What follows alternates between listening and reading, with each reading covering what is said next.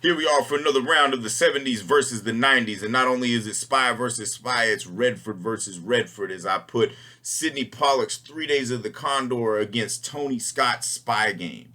And man, this one was a really hard one to go through, because first off, 3 Days of the Condor, on the surface, the movie looks like a sexy, sleek spy thriller, mainly because it's got Robert Redford and Faye Dunaway in it. And it's directed by Sydney Pollack, who was, really kind of specialized in directing Robert Redford in movies. And I think, they did their best work together in Jeremiah Johnson. Here, I do not think it is their best work because, on top, first of all, the character that Robert Redford plays, he works for a branch of the CIA where it's just a bunch of people sitting around reading every single fucking thing that gets published, and then they send that off to see if it like matches up with like CIA operations or potential shit. It's basically just one of the silliest like kind of thing. And it may be a real thing. I don't fucking know. Don't give a shit. But it's purely fucking for the cinema I'm talking about here. And so it adds kind of a silly thing, but you don't really expect a guy like Robert Redford to be working in, to have that specific job and shit. Honestly, you kind of imagine more of like a Charles Grodin or Elliot Gould, or maybe, throw some glasses on Ryan O'Neal and get Peter Bogdanovich directed, and it would have been more Hitchcockian. But instead we get Sydney Pollack, who, for all intents and purposes, a very mid director. He could tell motherfuckers how to hit their marks. He could work with big stars like Robert Redford and Tom Cruise, but he just couldn't there's not a lot of passion in his filmmaking and shit. And it's clearly here, the cinematography is good, the fucking, because what sets it off is there's a fucking basically a massacre of the fucking office that Robert Redford works at. And, he's literally out to lunch when it all happens, and he comes back, everybody's dead. He's freaking out. He's trying to, figure out where to go, but then, they're trying to, take him out and shit. So he just takes matters into his own hands and start playing them and all this shit. Ends up taking a female hostage, Faye Dunaway. You might as well call her a hostage. He held her at gunpoint and shit. But it's as though that's probably the weirdest dynamic. As far as like even with the elaborate like spy rooms and shit. Because that shit's pretty fucking wild. Kind of looks like something out of the fucking President's Analyst. But it has a certain flair to it. But then when you're dealing with the Redford Dunaway romance, which is the centerpiece of the film, as I mentioned earlier, Robert Redford feels severely miscast in this. Like, honestly, even Dustin Hoffman probably would have been a better fit for that character, but instead it's just Redford at that point. He's not really playing Condor, he's playing Robert Redford. And, of course, like, so, Faye Dunaway, we want to see Faye Dunaway fuck Robert Redford. So then, they deliver on that, and then, like, a weird kind of montagey fucking sex scene that is probably inspired by Godard, specifically the opening sequence of a married woman.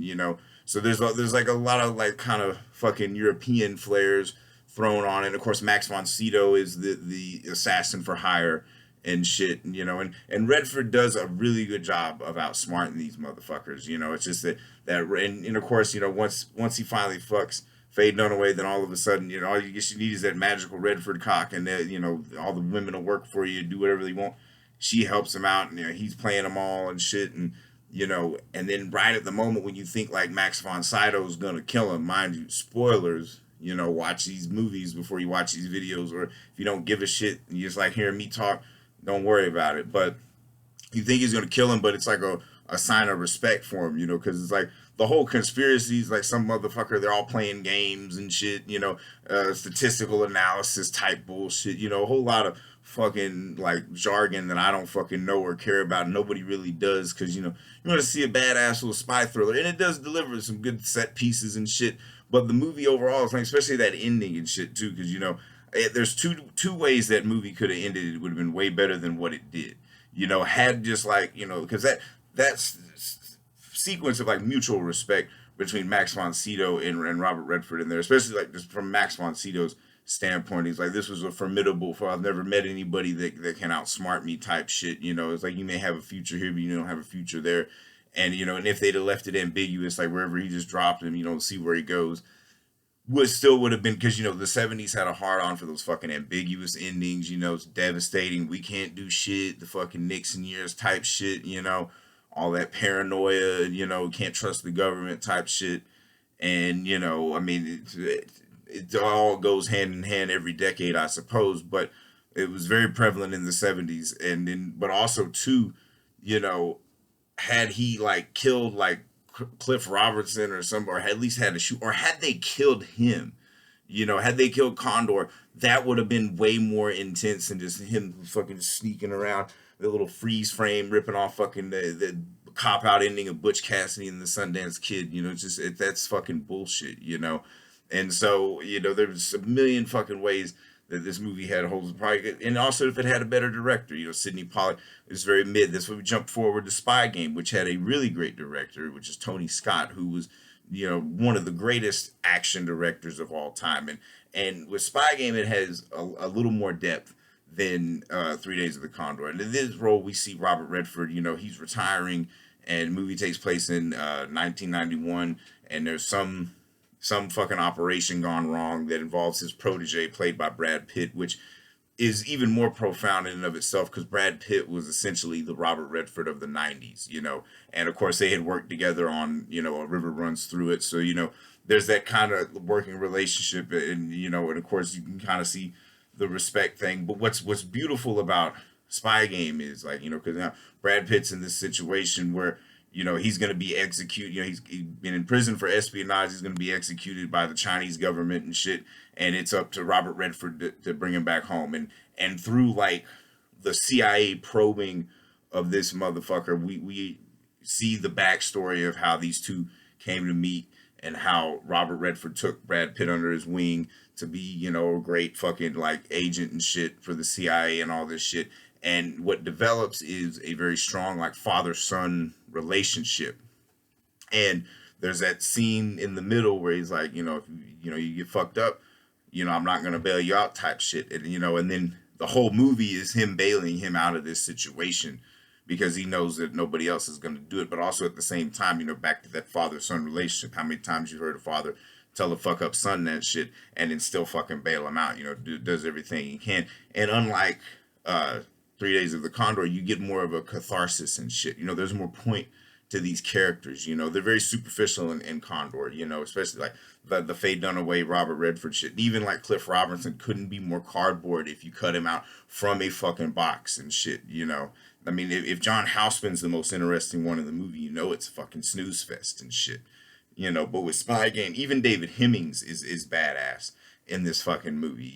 Pitching a fucking deal, while fucking the dude's trying to watch Baywatch and shit. It's very early 90s, it's where it's taking place and shit. So, and Tony Scott was such a vibrant director, and where he molded that story, where it's like a race against time to rescue this dude, and also why is he doing it, and to actually pull it off, and and to watch Robert Redford get one over on all these cocksuckers that think they're smarter than him. It's way more of a payoff than you get in 3 Days of the Condor, because like he's getting one over on him, but he's not as clever, and it's not as like poignant, because like even that fucking ambiguous little fucking hideaway fucking freeze frame ending bullshit, like dude's probably getting murked around that fucking corner, if we're being honest. So like what is the point? Of, you should have just fucking killed him, and it would have been a great ending, and it probably would have won the round, because of that I gotta give it to Spy Game on this one.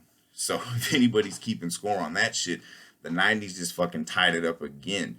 17-17. That's fucking nuts too. So like that, this one was a real wild card. Like I wanted to like 3 Days of the Condor, but it's just fucking trash. It's the magic of Tony Scott. The motherfucker knew how to make a fucking movie and shit. So 90s are coming back with a fucking vengeance. They just tied it up again. And next week for the main event, we're gonna have the Hot Rock versus Reservoir Dogs. You get a little more Redford and shit, and we'll see. We'll see if the 90s just keep fucking killing it, or if the 70s can, still hold their own, because they keep it's neck and neck, straight up sizzling, Like I said, if I've said anything wrong or anything you disagree with, feel free to eviscerate me in the comments. And, if you got any suggestions or, whatever the fuck, I have no life. That's why I'm doing this shit. Just jotting out the fucking blueprint of a doctoral thesis here. But I got to know personally. It's a personal journey for me. You know, now they're tied up. Who knows what the fuck's gonna break the tie? There'll be bonus rounds and shit that could shake it up. But from what I'm seeing, looks like the '90s are gonna fucking just tear it loose. You know, because if they take away for this, Tony Scott was one of the greatest fucking directors of all time. Even something as basic as Spy Game feels like something his brother Ridley would probably have done. He turns it into something special, taking those, two great actors and fucking doing the father son, fucking old guy, new guy, fucking it's fucking brilliant work, And then 3 Days of the Condor, had it been better cast and had a better director, probably could have won the fucking round. So straight up sizzling. So stay tuned for the Hot Rock versus Reservoir Dogs and many other bonus rounds to come as I try to figure out which one's better.